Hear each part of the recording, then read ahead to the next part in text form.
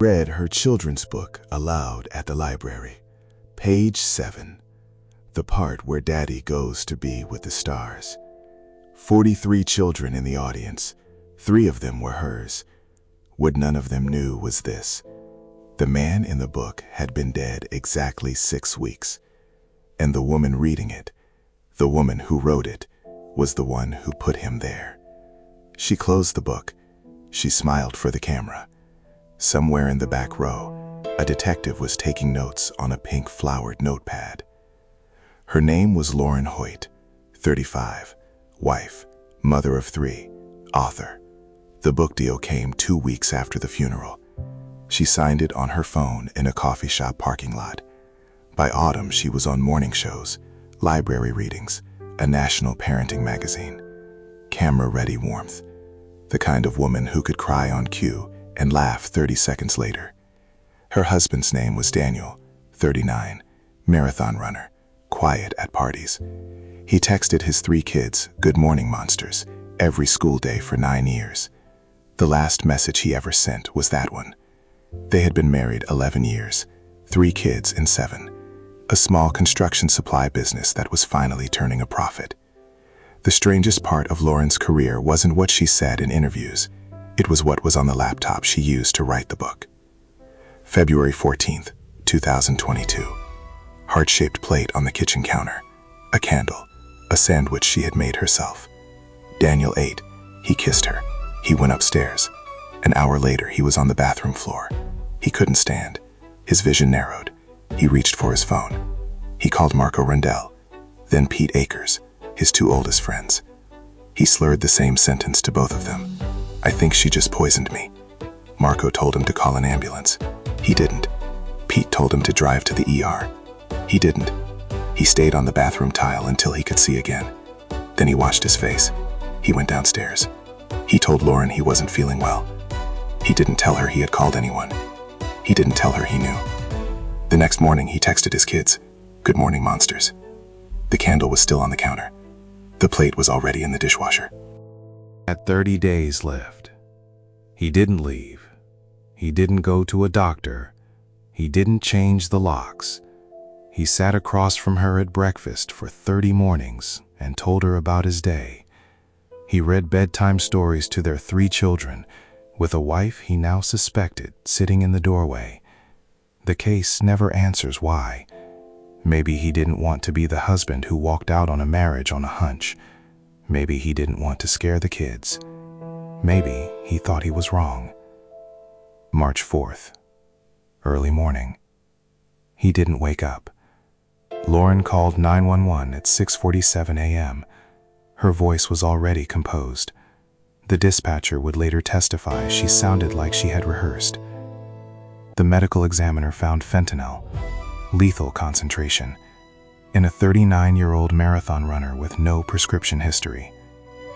The friends Daniel had called came forward. Marco. Pete. Same sentence. Twice. "I think she just poisoned me." That gave investigators a date, a meal, a witness chain. They subpoenaed her phone. She had wiped it. They pulled the cloud back up anyway. The deleted searches came back in order. How to delete data remotely. How investigators recovered deleted messages. Women's prisons in Utah. Read them the way the prosecutor read them at trial. Slowly, 1 word at a time. Then they pulled the cloud documents. The children's grief book. The one she had been reading at libraries. The one with the page about Daddy going to be with the stars. The first full draft was time-stamped 8 months before Daniel died. She had written a children's picture book about losing her husband while she was still serving him dinner. The book wasn't grief processing. The grief was the brand. The brand was the alibi. The alibi was the murder. Insurance carrier turned over the policy. $2.2 million on Daniel's life. Issued October 2021, 4 months before the sandwich. The application was signed in his name. A forensic document examiner looked at the signature. It didn't match anything on file at his bank. It didn't match his driver's license. It matched her hand. Daniel never knew the policy existed. 2 weeks after the funeral, she signed the publishing contract on her phone. Coffee shop parking lot. 3 kids in the back of the car. The book went to print. Library readings, press tours. A non-profit named her ambassador for childhood grief literature. Detective Raina Coyle attended one of the readings. She sat in the back row in a cardigan.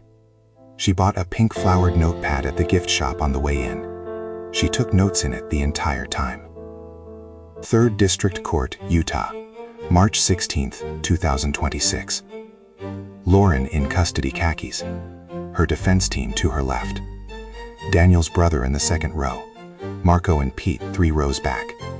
Detective Coyle by the door. The 3 children were not present. 5 verdicts in sequence. Aggravated murder. Guilty. Her face held. Attempted murder. Guilty. A small breath. Insurance fraud, count 1. Guilty. Count 2. Guilty. Her eyes closed. Forgery. Guilty. By the 5th, she was no longer in the room behind her own face. The prosecution's closing didn't accuse her of murder. The prosecutor opened her own book.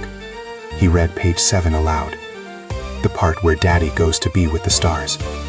Then he said, quietly, "She wrote that the summer before he died. Life without parole." No one cheered. Marco put a hand on Pete's shoulder. The room emptied in the silence that comes after a hymn. The book was pulled from every retailer. The library system removed the recordings. The publisher issued a statement. The nonprofit returned her donations and renamed its grief literature program after Daniel. The 3 children went to live with his brother. They will inherit the business their father built.